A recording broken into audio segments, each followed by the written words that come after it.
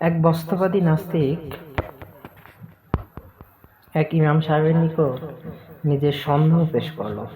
সে বলল, যা দেখা যায় না তা বিশ্বাস করি কিভাবে? সুতরাং আমি আল্লাহকে বিশ্বাস করি না। আপনারা বলেন শয়তান জাহান্নামে যাবে, আবার বলেন শয়তান আগুন থেকে সৃষ্টি।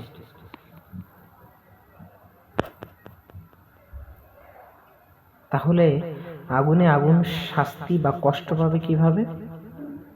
আপনারা বলেন দুনিয়ার যা কিছু ঘটে তা আল্লাহর নিকট তাকদীর অনুযায়ী ঘটে, সুতরাং পাপ করলে মানুষ দায়ী বা দোষী হবে কেন?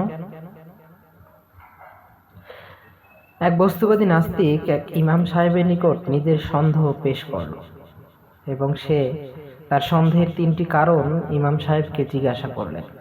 তার প্রথম কারণটি ছিল এমন, যা দেখা যায় না তা বিশ্বাস করি কিভাবে? সুতরাং আমি আল্লাহকে বিশ্বাস করি না। দ্বিতীয়টি হচ্ছে, আপনারা বলেন শয়তান জাহান্নামে যাবে, আবার বলেন শয়তান আগুন থেকে সৃষ্টি। তাহলে আগুনে আগুন শাস্তি বা কষ্ট পাবে কিভাবে? তৃতীয় নম্বরটা ছিল, আপনারা বলেন দুনিয়ার যা কিছু ঘটে তা আল্লাহর নিকট তাকদীর অনুযায়ী ঘটে, সুতরাং পাপ করলে মানুষ দায়ী বা দোষী হবে কেন? এবার বিচক্ষণ ইমাম সাহেব মুখে কিছু উত্তর না দিয়ে মাটির একটা ঢিল তুলে নিয়ে তার কপালে ছুঁড়ে মারলেন। লোকটি রাগে উত্তেজিত হয়ে উঠে বলল, আমি আপনার কাছে প্রশ্নের জবাব চাইলাম, আর আপনি জবাব না পেয়ে আমাকে ঢিল ছুঁড়ে মারলেন। আমি আপনার বিরুদ্ধে কাজীর কাছে নালিশ করব। ইমাম সাহেব গম্ভীরভাবে বললেন, ঢিল মেরেই তো আমি তোমার জবাব দিয়ে দিয়েছি, তুমি রাগলে কেন? তুমি কি ব্যথা পেয়েছ? অবশ্যই। আমি বিশ্বাস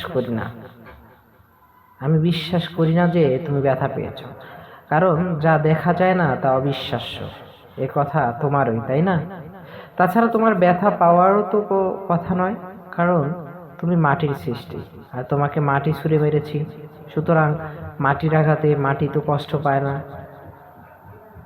পাওয়ার কথাও না।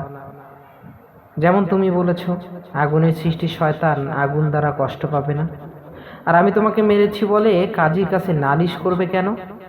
আমার তো কোনো দোষ নেই, যেহেতু যেটা ঘটেছে সেটা তো আল্লাহর লিখিত তাকদীর অনুযায়ী ঘটেছে। নাস্তিক এবার ইমাম সাহেবের নিকট থেকে উচিত জবাব পেয়ে কপালে হাত রেখে বিদায় নিল। ধন্যবাদ ভিউয়ার্স আমাদের সাথে থাকার জন্য। পরবর্তী নতুন আরও একটি সুন্দর ভিডিও উপভোগ করার জন্য আমাদের সাথেই থাকুন। চ্যানেলটি সাবস্ক্রাইব করে বেল আইকনে প্রেস করে রাখুন নতুন ভিডিওটি সরাসরি সবার আগে পাওয়ার জন্য। Thank you.